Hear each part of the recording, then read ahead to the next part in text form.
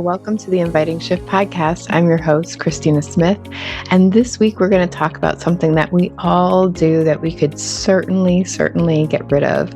Even I still find ways in which I self-sabotage myself. I know we hate it when we see it, and often we're not seeing it. So today, my guest, Demelza Lawless, is here to talk about how we challenge ourselves in ways that we really don't have to, ways that we make things harder for ourselves, ways that we give up on our dreams and the things that we really want. Demelza is a feminist career coach for ambitious women of color. She is also a former HR manager, and she was born in Singapore, raised in Australia, and now she's living in New York. She is not your average career coach, though. She works with women of color to self-advocate for what they want in life without the shame, guilt, or fear of rocking that boat. Her work focuses on destigmatizing self-advocacy because asking for more or what you want doesn't have to mean a confrontation. When you work with Demelza, you know that you're going to feel seen and you're going to feel heard. Today, we're going to talk about self-sabotage. Well, welcome Demelza to the Inviting Shift podcast. Thanks for being here. Thanks for having me. I'm really excited and looking forward to our conversation today. Me too. And I got to tell you guys that are listening that the one word I wrote under Demelza's name when we had a talk before was self-sabotage. So we're going to talk about that today. But Demelza, tell me a little bit more about your story and how you got to do what it is that you do. So I am a feminist career coach for ambitious women of color. And, as the title implies, I work with women mainly in who are professionals working in corporate America, just navigate their day-to-day work life, but also their careers and what they want to get out of it. How I got here. Oh, how much time do we have? So it's, I guess with everybody, it's a little bit of a story on how they ended up where they are. Mine is no different. I actually did start off in human resources. So I do have a human resources background. It's what I went to school for. But after about 10 years in human resources, I took a little bit of a break. At the time, I didn't realize there was a word for it, but it was burnout. Yes. I can now identify it as burnout. And so then I spent the next 6 years in a completely different career. I became an esthetician. So I took my license, became a service provider, worked in the beauty and skincare industry. And then I decided to shift again and kind of go back almost full circle, back to the beginning where I started in a very HR similar role, but I decided to take out the things I didn't like about human resources and concentrate on the things that I loved about HR, which was the conversations around personal growth and personal development. And then, of course, I also remained working for myself because I couldn't fathom going back to a very traditional 9 to 5. Beautiful. Yeah, so I know that burnout so well. I actually cried on the way to work for a year before I was like, something is wrong here. Maybe this shouldn't be happening every day. No, 100%. And, it's so funny you say that because for me, it took an event like that. I actually got diagnosed with cancer at the age of 28. And I remember sitting in a meeting with a director of the company, and I was talking to her about a particular issue that she had, and then she started like just ripping into me about how she wasn't happy with the recruiting process of one of her roles. for her team. And I just remember sitting there going, that's not even my job, and it's not what I came here to talk to you about. And I'm like, in the back of my mind, I couldn't stop thinking, I am currently going through cancer treatment, and you're complaining to me about like a new hire, like why you're not seeing resumes when you want to see them. And I'm like, this can be easily solved. And, she was getting so worked up about it. And I have no idea what my face looks like. It must have been blank because she kept getting more and more aggressive about it. And I remember just telling her, look, I understand that you're mad. I'll go talk to the recruiting manager about this. And this is what I'll do. And then she started like throwing in threats about going above our head and talking to her vice president and then going to the president and talking about how our systems are broken and whatever. And I just remember thinking, and I remember saying to it, you do what you need to do, but this is what I'm going to do to help you right now. And then I just left the office, told the recruiting manager, hey, you've got a really angry like director. You may want to like go have a conversation with her. And then I went into my boss's office and sat down, and I was like, I think I'm losing my empathy a little bit because I did not care. And it was almost like that aha moment I had where it was just like, my perspective has totally shifted now, and I'm afraid I no longer have empathy for this. Mm. And is this going to affect my job moving forward? Like, is this going to affect how I perform moving forward? Because if that conversation had happened maybe like 2 months ago, like before I got diagnosed, I would have been in tears. I would have had a very different reaction, and I knew that. And then just the fact that I had a completely different reaction was very much like, whoa, what's happening? And it was because I did have that perspective shift. And what I want to offer my clients is, you don't need that big event to have that perspective shift.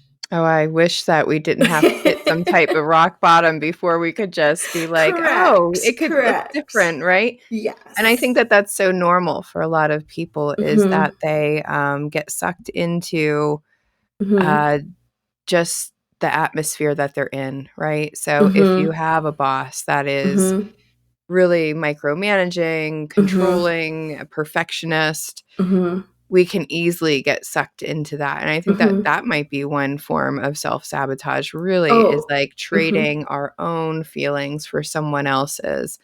And yet you were, I mean, I don't want to say that you were lucky enough to get cancer, but you were that, because that's not right. But I you get were the lucky enough sentiment. to have this perspective shift because of it, that you were like, hold on, I'm not going to get upset and crazy about this. This is not something that's worth getting upset and crazy about.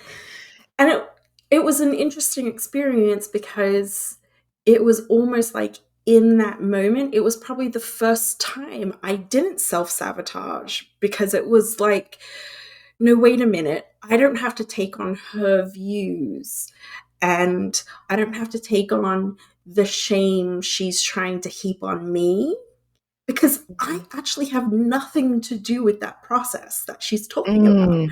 Like, that is totally not my area. That is, yeah. And it's so funny because this morning I mhm. was just reading, I made a note from one of my clients a few weeks ago. She was saying how her and her husband were in an argument. And when she described it, it was just basically her trying to tell him data, and he didn't want to believe it. And so I was like, but was that an argument? Well, he was getting loud and I was getting triggered. I'm like, you were getting triggered because he was upset and you wanted to fix it. My husband can Mhm. get upset, and he gets Mhm. upset about silly things. Like, to Mhm. me, my judgment is the Mhm. things that he gets upset about are silly, Mhm. like how people park on the street. right? Mhm. And if every time he got upset, I had to get upset too, marriage would be miserable, right? 100%. I mean, relationships in general, like every time you adopted another person's feelings just because you're like, "Oh, if they're feeling that way, maybe I should feel that way," even though you feel completely different or even slightly different, where you're like, it's really not that bad." You know, it's all about perspective, and I think one of the things we forget is that we also have a point of view, Exactly. that we have experiences, abilities, um, that, you know, create our perspective. And Mhm. we need to remember that we should honor that. Just because someone else's voice is a little louder in that situation, it's just their point of view. There, Mhm. there really is no right or wrong. Um, especially when you're having conversations or making decisions. I think sometimes we get into this habit of thinking that everything's absolute. Mhm. Um, Black and white thinking, mhm, right? It's mhm, either this or it's mhm, that. It has to be mhm, one or the other. mhm, mhm. And like even when you're making decisions, we think, well, if we make this decision, we're stuck with it for the rest of our life. When really it's like, actually, no, you can, the power in decisions is that it's not permanent. You make a decision, and if it doesn't go according to plan, you can choose to learn from it and pivot again, Mhm. you know? Right. Um, and but having that ability to be able to be like, okay, I can just pivot again does require us to dig a little deeper into ourselves, Mhm. and learn to really build that self trust in ourselves. Um, I think one of the biggest things, especially as women, we tend to say is like, oh, yeah, I'm my own worst enemy.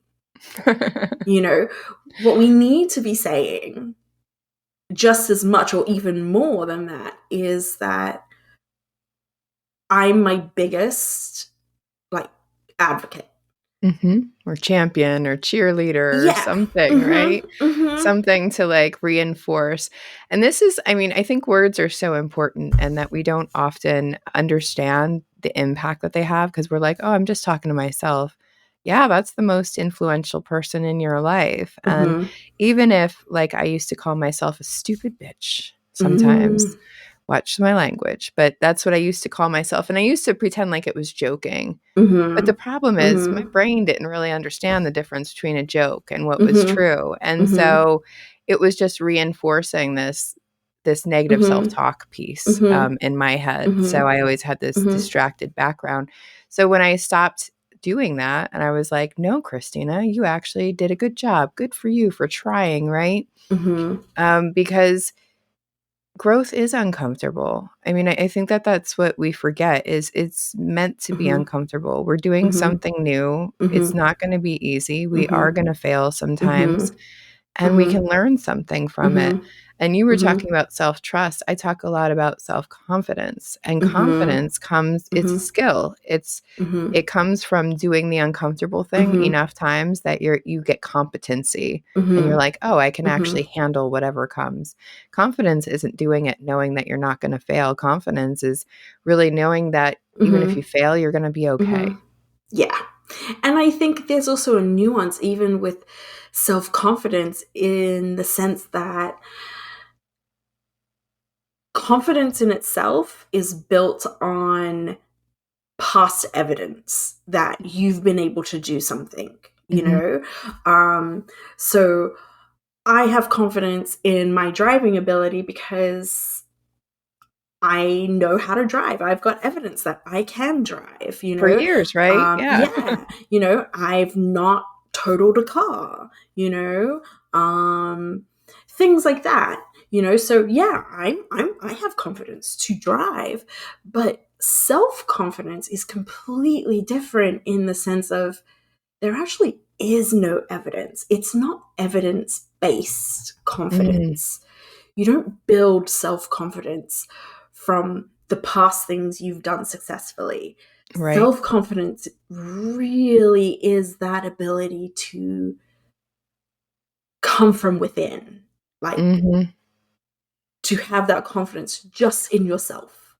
It's like it's a deep self-trust is how I look Mhm. at it, that no Mhm. matter what's gonna come up, I'm gonna feel good about the way that Mhm. I show up because 'cause Mhm. I'm showing up Mhm. mindfully, Mhm. intentionally, aligned with what Mhm. I want, and Mhm. so if that doesn't work for someone else, I can let Mhm. it go because I'm like, Mhm. "Well, they're just not in my vibe. They're not in Mhm. my energy flow," and Mhm. that's okay. Mhm. Just like your Mhm. your boss or not the boss, but the director, you were Mhm. like, "This is not in my energy flow today. I don't even have the energy for this today. It's not Yeah. that important." Yeah. Yeah. It truly wasn't. And I was like, oh boy. But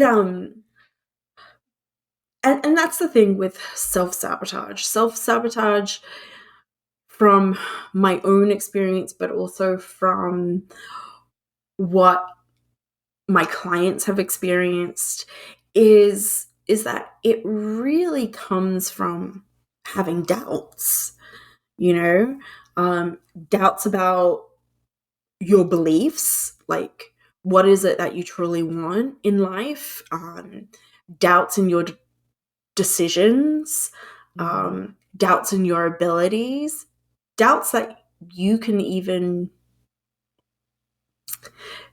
like that you'll be successful, you Mm. know. It goes back to that black and white thing we were talking about earlier where it's so black and white when really it's very gray. Yes, yes, there's 1,000 possibilities, Mhm. right? And Oh, we're like, it's mhm. either the worst or the best, and Mhm. it's one or the Mhm. other, and that's not really true. Mhm. No, 100%. And I think, when you talk about, well, okay, I agree with all of this, but now what? You know, I like to offer just a couple of different things in the sense of, what are your beliefs? Mm, You know? Um, and it's not like what are your beliefs in life generally, but what are your beliefs now? With the mm, understanding that these could change once you reach different milestones. So, what is it that you believe about yourself right now? What do you want to believe about yourself? And, what are the thoughts that are getting in that way? In mm, in the way of like you believing that right now. mm. Those are really great questions. Mhm. Mhm. Yeah, and I think we don't ask ourselves questions enough. We Mm, ask questions of other people yes. because What we're should I do? How should I show up? What Mhm. would be Mhm. appropriate? Rather than Mhm. really asking ourselves, Mhm. how do I and I mean, that's where all of my work with my coaching clients is like, how do you wanna show up? What are your Mhm. intentions? Mhm. If Mhm. even if you fail, if you show up Mhm. a certain way, you'll feel good about yourself, right? Because 'Cause Mhm. you'll be like, "Well, I did the things. I showed up the way that I wanted to." Mhm. Mhm. But what I'm hearing from you is that, self-sabotage comes in when all those background thoughts, right? When we have that negative self-talk track or Mhm. whatever that doubt track is what I'm Mhm. hearing, then we can easily get so focused there and start dwelling there rather Mhm. than seeing the big picture. Yes, Mhm. those things might happen. That Mhm. might be possible. And we forget about the whole other side of the spectrum where it's like, have we thought about the amazing things that could happen? Have we thought about the impact that we could make even if Mhm. we do have to pivot? Mhm. Mhm. And I think also, I loved like the questions you ask yourself also allow you the room to give yourself grace. Mm, It gives you the opportunity to give yourself grace when things don't go according to plan. mhm, Um, so when you fail, again, it's not so black and white. It's like, okay, this didn't work. What do I need to do? what did I learn from this? And what do I now need to do now that I Mhm. have more information Mhm. to take that next step forward? Yeah. Um, I mean, you Sounds hear very it. logical, you know Mhm, what I mean? But the struggle with humanity and being human is mhm, that we have a logic that goes, "Yeah, mhm, here's the steps, 1, 2, mhm, 3, 4, 5." mhm, And if we fail, we just get back up and we 1, 2, mhm, 3, 4, 5, right? mhm, But then we mhm, have this other emotional part of us that is, I think, the part that's really mhm, self-sabotaging because we can see mhm, I became a health coach like 10 years ago, and when mhm, women came to me, they knew exactly what they needed to do. mhm, I mean, mhm, they knew they had to drink more water, they knew they had to mhm, exercise more, eat the better foods or whatever, and yet mhm, they they couldn't do it, and I realized it was this big emotional piece that I mean and I'm a late adopter, so I am change is hard on me, especially, like, mhm, when it comes to technology or something. mhm, It is hard, and so I can easily self-sabotage myself in those moments and go, "You're not mhm. gonna figure this out. This is gonna be so hard." I mean, I have Mhm. a new laptop sitting over here that I haven't even opened because I'm just like, "Oh, it's so much work. I'm gonna have to transfer all this stuff." But because of Mhm. that, that's how we Mhm. self-sabotage, right? Mhm. I mean, I'm lucky enough Yeah. that I have 2 computers that are working, so there's not been a consequence yet, right? Mhm. But it is one way that we self-sabotage is by fantasizing about how hard it's gonna be or how Mhm. difficult or the chances of Mhm. failure or Mhm. embarrassment Mhm. or Mhm. whatever, and then we allow those to come in and we just let them take over as if they become truth then, that this is Yeah. yep, this is what's gonna happen, and of Yeah. course, we manifest it then, right? I Mhm. mean, we're like, Mhm. "I'm gonna be Yeah. terrible at this." "Okay, well, That's then you're gonna go be terrible at this." yeah. Yeah, no, 100%. And it's interesting, I would be curious, in those moments of self-sabotage, whose voice are you really hearing? Mm, You know? Because for the longest time, I could say that some of my self-sabotaging voice, like the voice in my head, especially when it came to like how much I was eating, when I was eating, that type of thing, probably came from my mom, mm, you know? mhm, Um so it's interesting, right? Like whose voice really is it? mm. Yeah, I have one for my mom too that goes, "What's wrong with you?" And I can't tell you how many times I say that to myself or, like, even when I'm, like, trying to be conscious of being kind to Mhm. myself, Mhm. the default that comes out, "What's wrong with you, Mhm. Christina?" Mhm. And Mhm. it's like, "Hold on, that's not me, there's nothing wrong with me." And, I mean, Mhm. it's something that I've had to talk myself down. And the pervasive part of this is sometimes we're not conscious of these voices, right? I mean, I Mhm. can't tell you how many Oh, times I yeah. probably asked myself what was wrong with me, and I didn't even acknowledge the fact that I asked myself that question Mhm. because it becomes so normal that we Mhm. don't even hear this anymore. Mhm. So I love that you have Mhm. this, like, we have to stop and start asking ourselves questions about Mhm. how we're showing Mhm. up instead of Mhm. asking other people. Other people don't Mhm. have our answers, unfortunately. I wish they did. I would pay a lot of money for them. Right? 100%. And I think also, um, when you look for that external validation, you just continue perpetuating that cycle of undermining I'm not smart enough to yourself. figure out myself. Correct. Yeah. So Mhm. you end up reinforcing the see, you couldn't have gotten there. Ugh, But then in yeah. reality, it's like, but you didn't even try. Your automatic first action was to ask somebody else. Mhm.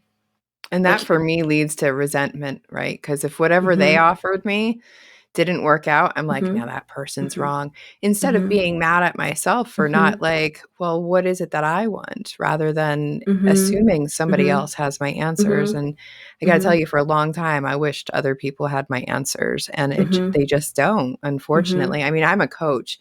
You're a mhm, coach. If we mhm, could give people the answers for their own answers, mhm, wouldn't we mhm. love that, right? We Oh would my love goodness, that so yeah. much.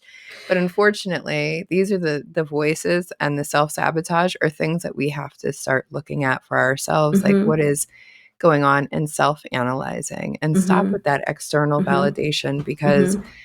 it's great if we get, I wouldn't say validation, but if we get confirmation from other Mhm. people, right, that Mhm. goes along with what we have validated for ourselves. Mhm. But the validation, depending on other people's wisdom, I think it's such a feminine part of ourselves that we Mhm. let go of, is that inner wisdom of really tuning into Mhm. ourselves rather than the Mhm. world. Because Mhm. I think some of us who have done Mhm. that, we go through life and then go, wow, actually, I don't want to live like a capitalist consumer. That's Mhm. just not my life. I want to go live on a farm or something, Mhm. right? Instead of letting society and culture tell us who we are, we get to Mhm. really decide for ourselves when we stop self-sabotaging. No, 100%. And if this, and what I, always say to my clients is, if this sounds challenging or uncomfortable for you, by all means, get the answers, like ask the questions you want to, whoever you want to. But before you do that, make sure you're also in that circle. So ask Mhm. yourself the question and really and acknowledge that answer, write it down, and then go out and ask other people, you know? But you want to get into the habit of taking enough time to take that pause to ask yourself the Mhm. question first. Yes, yes. I love that. So self-sabotage, let me see if we can come up with some examples of what it looks like in our life, because I know that some people are like, yeah, but how do you know that you're Mm. Mhm. self-sabotaging, right? Like Mhm. how do I know that I'm doing this to myself? I just assume that this is the way I'm supposed to do things, right? I think Mhm. that might be the first form of Mhm. self-sabotage, is only Mhm. doing things that you think you have to or should do. Mhm. Mhm. Yeah, go ahead. I would say another example of self sabotage is comparison, like the pure Mm, action of comparison. yes. Compare and despair is the phrase Mhm. that I always Mhm. remember. Mhm. If you're comparing yourself, if you find yourself comparing yourself and you start feeling some big feelings, that is self sabotage happening right there. Mhm. And how about people pleasing? This is Mhm. another one, saying Yes. yes when we really wanna say no, and then getting Mhm. resentful about Mhm. it later Mhm. because we committed to doing something that we didn't wanna do, Mhm. and that Mhm. I know that there is some women who are like, "I have to be on the PTA because of Mhm. X, Y, or Z," and it's just Mhm. like, "Do you? Do you? Mhm. Do you have to be on the Right. PTA every year? Right. Like, or Mhm. what? What's gonna Mhm. happen?" And I think Mhm. that we forget that we do have some choices, but Mhm. sometimes, one form of self-sabotage for me is putting on a mask and trying to show up as someone else, right? That's the Mhm. people pleaser, Mhm. basically, is like, Mhm. okay, I'm gonna smile, and I'm gonna take your Mhm. rude comments or whatever, Mhm. even though I don't want to. Like, Mhm. anytime we're putting on a mask, I believe that that's where our self-sabotage can also come in, Mhm. because we start acting as though we're just somebody different. Mhm. 100%. And I think also, um, I had it. I think I wait. Okay, yeah. So also, I think another, like as you were talking about the people pleasing, Mm. boundaries. Oh, yes. Not Real having any or not enforcing them. correct. And not just the boundaries that you have for other people, because I know setting boundaries for other people and communicating those, that's a challenge in itself. But I Mhm. mean, like the boundaries you set for yourself. Oof, Like, which could be even harder. yeah, like, you know, where you're like, I'm going to spend 10 minutes a day just quietly by myself, reading a book, catching up on social media, whatever it is. But then other people in your life, like if you've got kids, um, you know, they come in, they ask you for something, they want to go to a friend's house, so now you have to drop them like, and then all of a sudden that 10 minutes that Slides was right off the completely calendar. doable, yeah, that you had carved out for yourself is completely gone, when in actual Mm. fact, it just required you to be like, "We'll leave in 10 minutes." Mhm. You know? Right, right. Or it's also when women come to me and they're like, "I really wanna spend more time with my family. I wanna Mhm, be connected to my family, and, like, that's the most important thing to me." But then it's, mhm, like, 6 o'clock on a Monday night, and they're like, "Oh, I could get one more project done." mhm, Right? mhm, And so that's one way that we self-sabotage because we're mhm, saying what's most important to us, what would make mhm, us bring us the most mhm, joy is if we mhm, did A, and mhm, we're like, "Oh, I'm gonna do mhm, X." mhm. No, Because it's our 100%. defaults, right? And I think that that comes back to really, questioning ourselves, like you were saying, like, starting to ask ourselves the good questions because it's like, "Well, if I say this is really important to me, then why am Mhm, I not making it?" I have a great example just from last night from a client, I know she won't mind me using it, but, like, she came back from vacation, she was like, "Oh, I had all these hard things to do, I had my work, I had this other volunteer organization, I had this, I had that," and before she went on vacation and, like, a month ago when we started our new intentions and goals, health. Health was supposed to be the most important thing, and I was like, "Huh, so it's funny that I heard about all these important things, but I didn't mhm, hear about the thing that you told me was most mhm, important to you."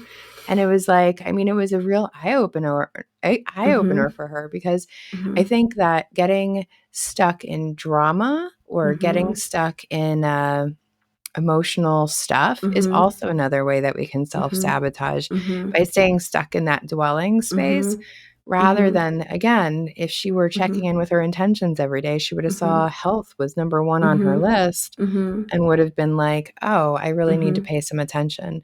But Yeah. we go back to our default. Mhm, Her default is, mhm, to get stuck in the drama of things, mhm, and, mhm, then it's a great way to forget mhm, about what's really important to mhm. us.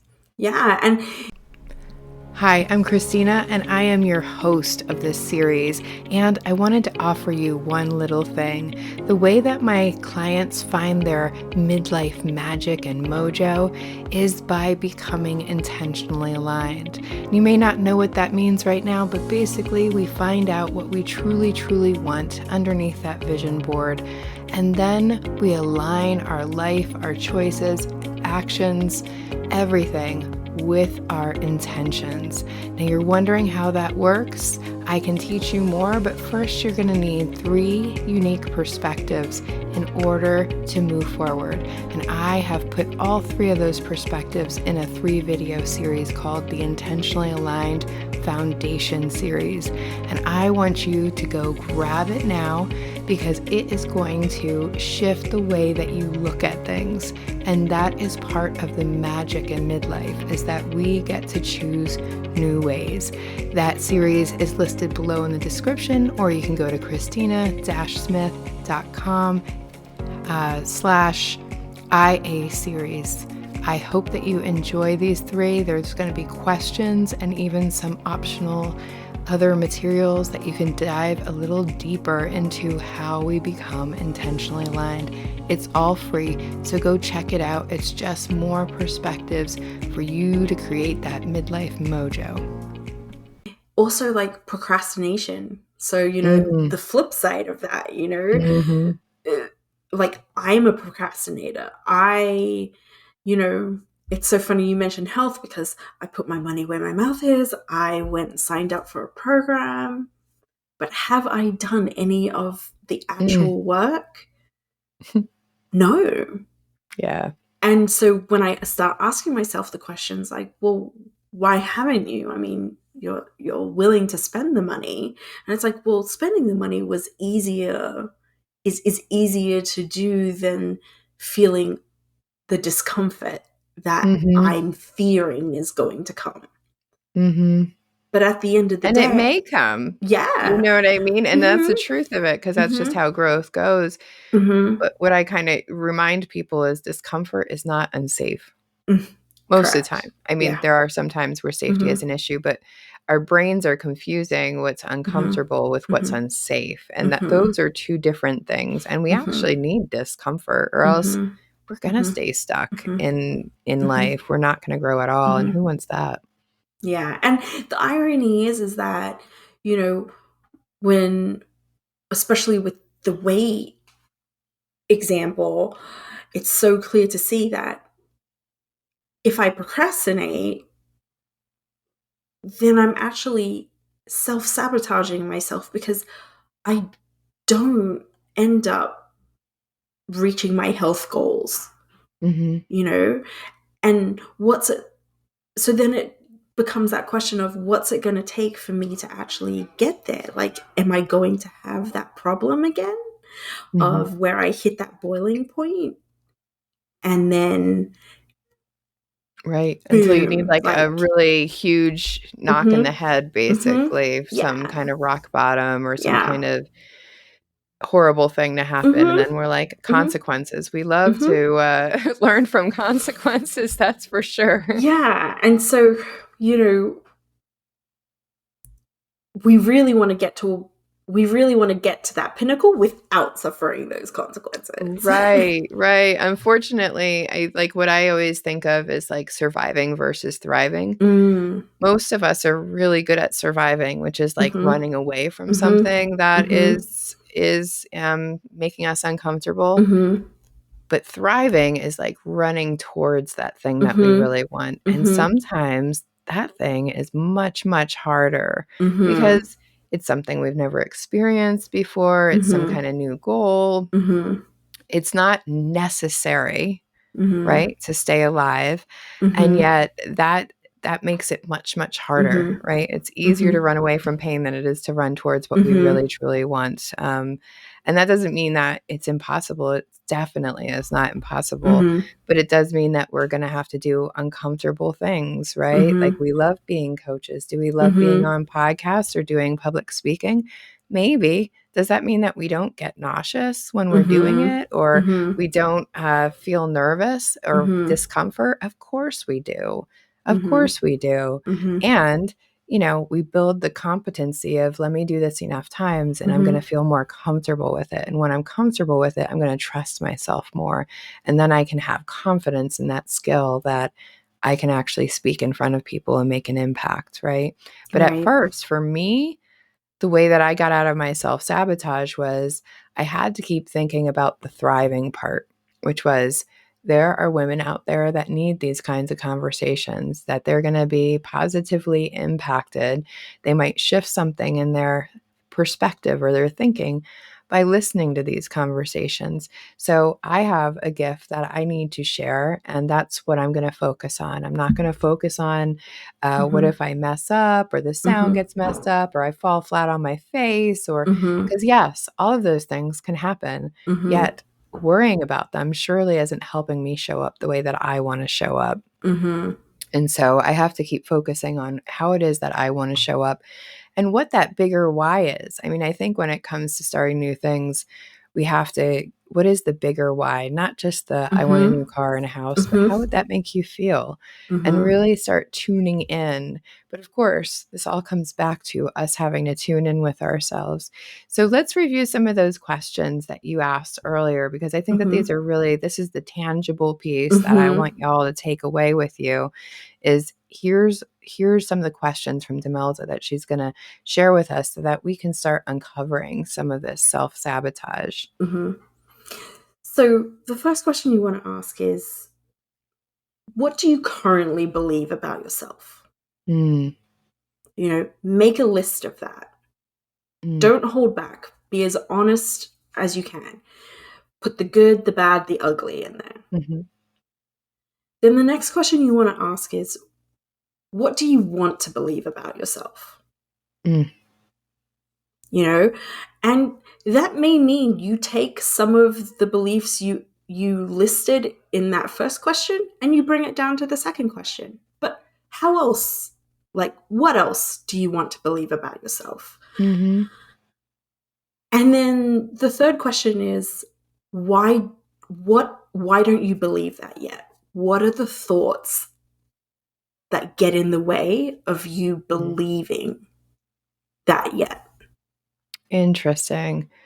So let's walk through this with an example for me. So the first thing is, what do I believe about myself? Well, I'm going to talk specifically around art because when I was in my 30s, this is where I sat with it was, what do I believe about myself? That I'm a terrible artist.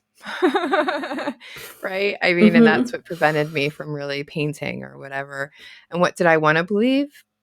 That I could be an artist, or that being an artist, maybe. I think the conclusion I came to, being an artist didn't mean I had to paint something that would hang in the Louvre, right? Like that I could just put paint on the canvas and that would be okay. And then what was the last question? It was, what thoughts get in the way of you believing that? Yeah, well, it was not just thoughts, but experiences. Because when I was in school, every time I went to an art class, I felt really embarrassed by the teacher. I think I had like 3 art classes that I can remember from different teachers. And so I felt the message I took from that was, I'm a terrible artist. I'm not creative. That it's just, I don't have those skills. I could be book smart, but being creative wasn't my thing. And so I really took those messages for a long time. And luckily, I had a friend at one point. I had bought all the art supplies and stared at these canvases for like a year. And finally, my friend came over and she was like, Christina, just put the damn paint on the damn canvas. You don't have to make a masterpiece. You just have to put the paint and watch it swirl around. It's fun. But I had to believe that it didn't require me to be an artist, and that maybe there was a possibility that I was creative. Yeah, Right? And that I could do it, right? So 100%. I had to shift all that. So those are really 3 great questions. I just wanted to give an example because I think that without an example, you won't see really the power of these questions. But that was a process that I went through about 10 years ago to really start painting things. And I think with that third question as well is, when you do have examples like that where it's a specific experience, you want to get really detailed and dig down into what exactly was said or done in that experience that made you feel that way. Mm, And then from there, the question is, why is that a problem? mm. In relation to the belief you have. Right, You right. Or what know? was the message? Like sometimes Mhm. we don't remember. I can't remember the Mhm. exact details. So I hate But to if you shame had a any of those art feeling. teachers, but the message I took from it was that I was incapable of art. Mm. And that doesn't mean that that's what they Mhm. said. There Mhm. was one specific teacher that really embarrassed me in front of an Oof. entire class, Mhm. but I don't think that they said, "Hey, you're a terrible artist. Don't ever do this again." I think Mhm. it was just the message I took and that Mhm. Mhm. discomfort that every Mhm. time I wanted Mhm. to start an art Mhm. project, that Mhm. discomfort would come up in my chest Mhm. like, "Oh, Mhm. do you really want to do Mhm. this? This is Mhm. hard," right? That self-sabotage voice. Mhm. For a year, I heard that Mhm. self-sabotage voice going, "Are Mhm. you sure? Mhm. Yeah. I don't know if you can do this." Yeah. And then what you want to do is slowly work your way through that Mm, experience to then get to a point where you're like, is this still a problem for me? mhm. Right. Do I have Um, to believe them? correct. Could I change that message? Mhm. Could it actually Mhm. be the opposite? That's one of the Mhm. greatest questions, Mhm. somebody ever asked me is, Mhm. "What if the opposite was Mhm. true?" Like, what if Mhm. you're actually a really great Mhm. artist and they couldn't see it?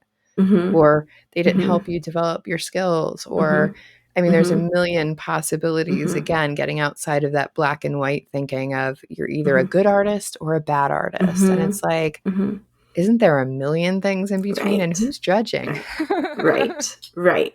Right. So yeah, it just gives you an opportunity to do a little bit of a deeper dive into Mhm. what's really the root of it. And when you realize it's an art teacher from 10 years ago, it's like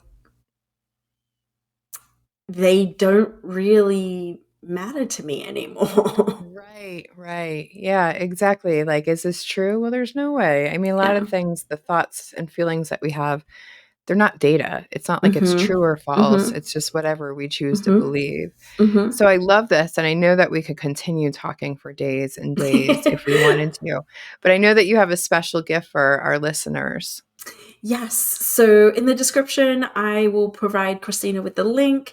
But if you are interested in not hating your Mondays, I have an email series that kind of will walk you through different actionable steps you can take to stop hating Mondays and thrive in your workplace. So, this is specifically for those of us who are still in careers and working with other people and for other people. But yeah, so how you can really thrive despite, toxic colleagues, no support, really whatever crappy situation is at work Mm. that's Could be the beyond your culture. control. Yes, yes. You can still thrive Awesome. in that and you can still get what you want out of it. And so the email series will walk you through that. Oh, that's beautiful. Thank you for that. And thank you for being here today and sharing all of this really great wisdom with us. I know that those 3 questions are really going to help some people get a Mm-hmm. little deeper into, why is it that I do what I do Yeah. and what is it that I really want? I think that's where that question is going. Like, if you want this, why are you believing this Mm-hmm. Mm-hmm. other No, thing? 100%. Thank you so much for having me on. I had a great time. Beautiful. Thank you, listeners, for listening. Hey, one more thing. When we are all more confident and full of self love, we can act more intentionally and mindfully. What would a world like that look like? I want to know. One way that you can help me with this vision is to subscribe, rate, and review our podcast wherever you listen to it. It helps more than you know, and it's just a few clicks to help me create a more beautiful world. And as always, remember to be gentle with your humanness.